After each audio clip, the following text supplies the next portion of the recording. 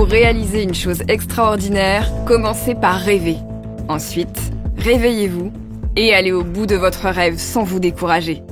J'adore cette phrase de Walt Disney, producteur, réalisateur et scénariste des films qui ont bercé notre enfance depuis les années 1930.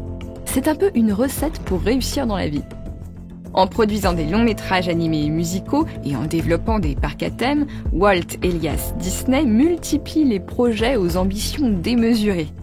Ce qu'il veut, c'est entrer dans l'histoire. Et pour ça, il faudra inventer quelque chose de plus grandiose que des souris qui parlent.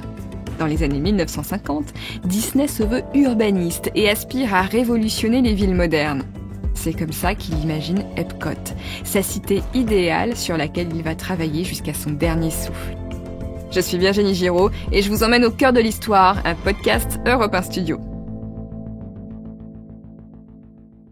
Epcot, la ville rêvée de Disney.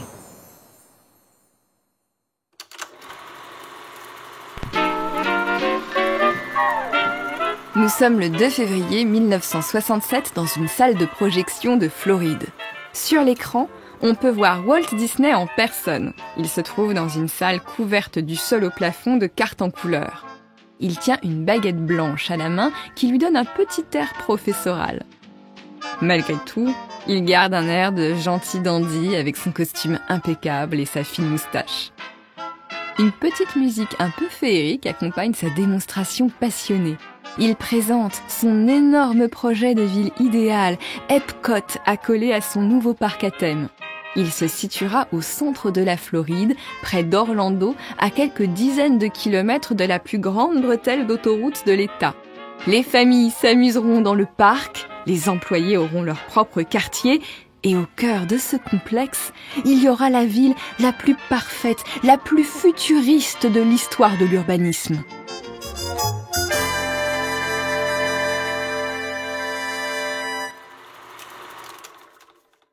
La projection se termine, les notables de Floride et les investisseurs applaudissent, alors que Roy, le frère de Walt Disney, monte sur scène. Tout le monde applaudit en hommage à Walt, mort 2 mois plus tôt.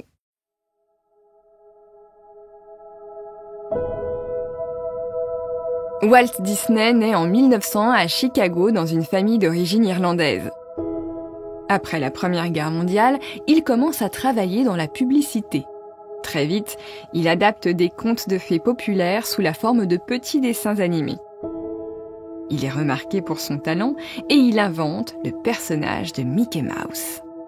Au début des années 1930, il est déjà une star des studios de cinéma. Entre 1935 et 1937, malgré tous ses détracteurs qui lui prédisent un échec retentissant, il fait travailler ses studios, les studios Disney, sur un projet de long métrage animé, ce qui est encore très rare à l'époque. Le film s'appelle Blanche-Neige et les 7 nains. La production Disney qui travaille sur ce film emploie 750 personnes pendant près de 4 ans. Disney utilise une caméra multiplane qui permet de produire un effet de relief sur les dessins. C'est une première. Chacun peut admirer le beau visage de Blanche-Neige, inspiré par celui de Hedy Lamarr, la mère du Wi-Fi dont je vous ai déjà parlé.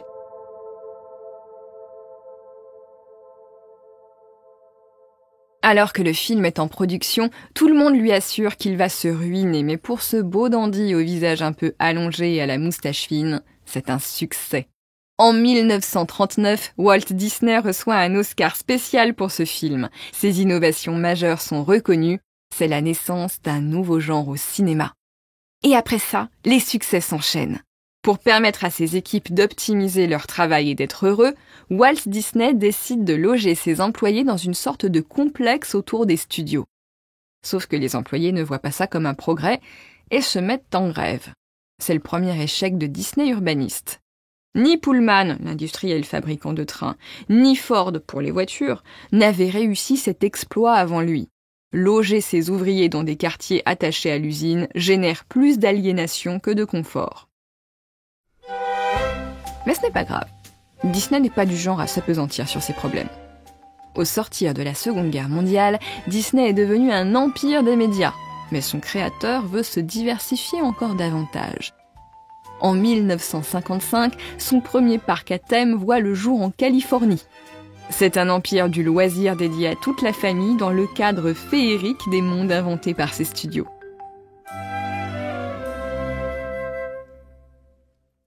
Ce parc, c'est un peu son premier projet urbanistique. Mais ça n'est qu'un parc. Bien qu'il soit le maître d'un empire du divertissement, bien que sa renommée soit mondiale, Disney rêve d'entrer dans l'histoire pour une autre raison. Il veut compter parmi les capitaines d'industrie les plus novateurs, les plus progressistes. Il va révolutionner le monde, laisser sa marque dans l'histoire. Et pour ça, il va imaginer une nouvelle ville, la ville de demain. Une cité qui mettra l'homme au cœur de ses réflexions, qui sera écologique et toujours à la pointe de la modernité. On en fera une d'abord aux États-Unis, et puis le monde l'imitera. Il y aura des cités Disney partout.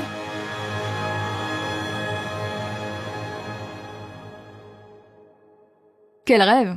C'est beau de rêver. Mais pour que ça devienne réalité, il faut se réveiller et se mettre au travail. Walt Disney s'entoure d'ingénieurs, de chefs de projet et de dessinateurs qu'il appelle les Imagineers. Un jeu de mots entre Imagine et Engineers en anglais, les ingénieurs de l'imaginaire si vous voulez.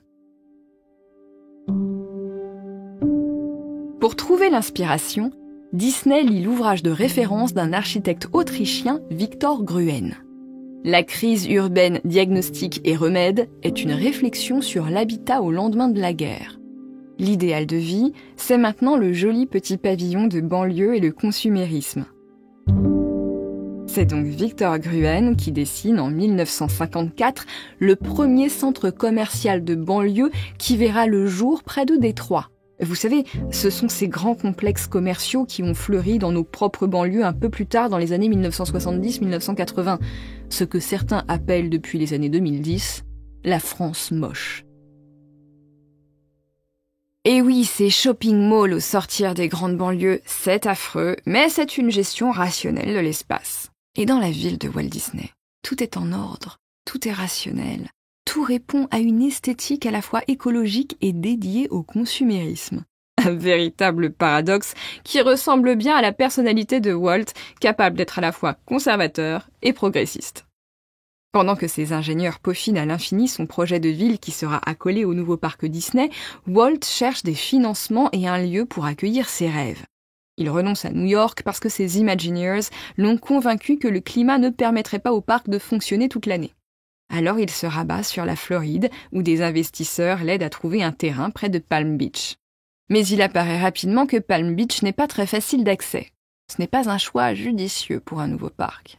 Alors Walt finit par trouver le lieu idéal, un terrain très vaste, en plein centre de la Floride et facile d'accès parce qu'il est tout proche du croisement des deux principaux axes routiers de l'État près d'Orlando. Le terrain est si grand que Walt peut imaginer un projet pharaonique. Il est temps que je vous le décrive tel qu'il est dessiné. Vous êtes prêts ? Bienvenue dans le plus grand rêve de Disney. Tout commence avec le complexe d'entrée, un immense parking qui peut accueillir jusqu'à 11 000 voitures. C'est à peu près le nombre de voitures que peuvent contenir les 10 parkings de l'aéroport Roissy-Charles de Gaulle. Évidemment, vous laissez là votre voiture. Maintenant, vous vous déplacerez à pied et en monorail, une sorte de métro aérien. Grâce à ce métro, vous traverserez une seconde zone, le Disney World Industrial Complex. Il s'agit d'une zone résidentielle pour les employés du parc. Ce n'est pas un endroit très glamour car il y a beaucoup d'infrastructures et de grands entrepôts qui abritent notamment les ordinateurs. Et je vous rappelle qu'à l'époque, un ordinateur, c'est un immense placard rempli de trucs et de machins, et quand il y a un bug, c'est parce qu'il y a une bestiole qui s'est vraiment emmêlée dans les fils. C'est au-delà de cette zone que se trouve le rêve le plus fou de Walt, sa ville idéale, Epcot.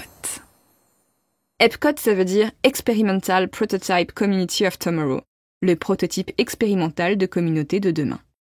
Dans ses proportions idéales, elle compterait 65 000 habitants, 23 écoles, 21 églises, 2 golfs et 3 hôtels. Pour visiter Epcot, qui est une ville inscrite dans une série de cercles concentriques, comme l'Atlantide, soit dit en passant, il faut partir du centre. Dans l'hypercentre d'Epcot, il y a un building, un unique gratte-ciel qui fait office d'hôtel qui compte 600 chambres. Tout autour, il y a des lieux de loisirs, des salles de conférences, des stations de monorail. Autour, il y a un anneau formé de magasins de toutes sortes et de toutes origines ethniques. Imaginez un croisement entre un hall d'aéroport international et l'entrée de Disneyland Paris. C'est un temple de la consommation totalement artificielle et sans âme propre. Autour de ce centre ultra dense où toute l'activité de loisirs et de restauration est concentrée, il y a des logements, des bâtiments d'habitation pas très hauts où les populations sont très concentrées. Ce cercle de logements s'ouvre sur un large cercle de verdure, de jardins, de bosquets, où se trouvent les écoles, les terrains de sport et les églises. Le dernier cercle, le plus éloigné du centre, est formé d'une série de quartiers pavillonnaires desservis par le monorail. Ces petites maisons sont toutes autonomes sur le plan énergétique et sont à la pointe de la technologie. Il y a même des lave-vaisselle, de quoi fabriquer son énergie renouvelable, des conduits de déchets qui emmènent les poubelles hors de la ville et moult choses ingénieuses encore. Et puis dans ces maisons, il y a la télé qui permet de regarder des programmes Disney, mais aussi des caméras qui permettent de regarder ce qui se passe dans le centre-ville. En vrai, il n'y a plus d'intimité. Tout le monde peut se surveiller, et ce, pour éviter le crime et le désœuvrement de la jeunesse qu'on empêche de tomber dans la délinquance en l'occupant à plein temps. Cette jeunesse dangereuse des années 1960 que Disney veut canaliser, ce sont les boomers. Mais ce n'est pas tout. Attendez la suite qui va vous dire quelque chose. Disney n'aime pas les voitures. Elles polluent trop, elles font trop de bruit. À Epcot, elles circulent dans un premier réseau de sous-sol pour laisser l'extérieur uniquement aux piétons et aux monorails. Bien sûr, il n'est pas interdit de posséder une voiture, mais le prix du stationnement est si prohibitif qu'il vaut mieux ne pas en avoir.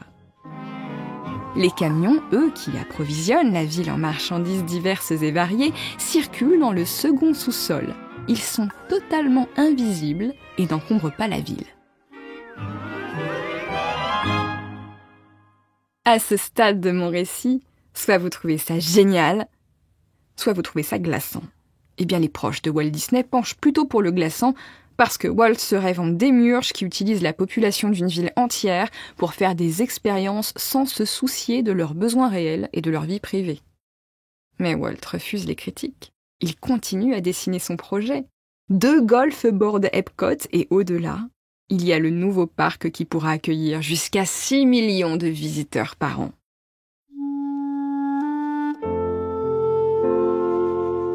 Dans le courant de l'année 1966, alors qu'il peaufine son projet, Walt Disney tombe soudainement malade. Un cancer sans doute lié à son abus de cigarettes. Après son opération, il revient immédiatement au bureau et continue à travailler sur Epcot, améliorant sans cesse les détails de sa ville idéale. Rattrapé par la maladie, il est hospitalisé. Sur son lit, il continue à dérouler les plans d'Epcot et à les modifier. Il meurt le 15 décembre 1966 sans avoir vu son plus grand rêve devenir réalité.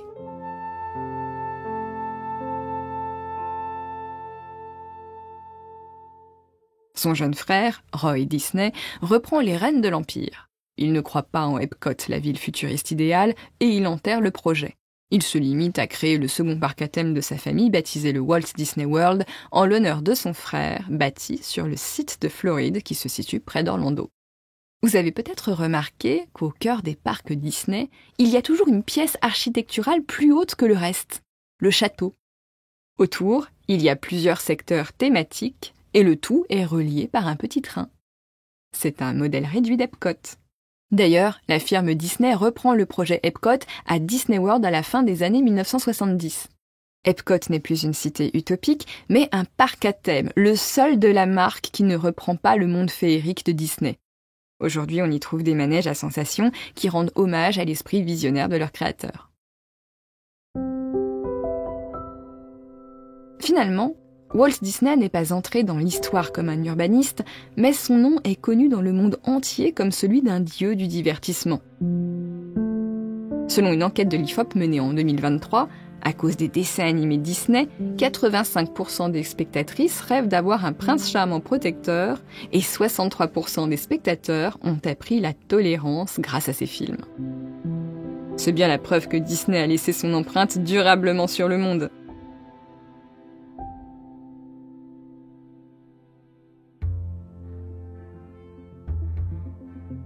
Au cœur de l'histoire est un podcast Europe 1 Studio et comme tous les grands rêves, il prend corps grâce à une équipe. À la production, Camille Bichler. À la réalisation, Pierre Casalo. À la direction artistique, Julien Tarot. À la composition des musiques originales, Julien Tarot et Sébastien Guidis. À la communication et la diffusion, Kelly Decroix et Nathan Laporte. Et moi, la plume et la voix d'Au cœur de l'histoire. Je vous retrouve tous les jours sur l'appli d'Europe 1, sur votre plateforme d'écoute favorite, et chaque week-end sur notre antenne à 15h. À très vite.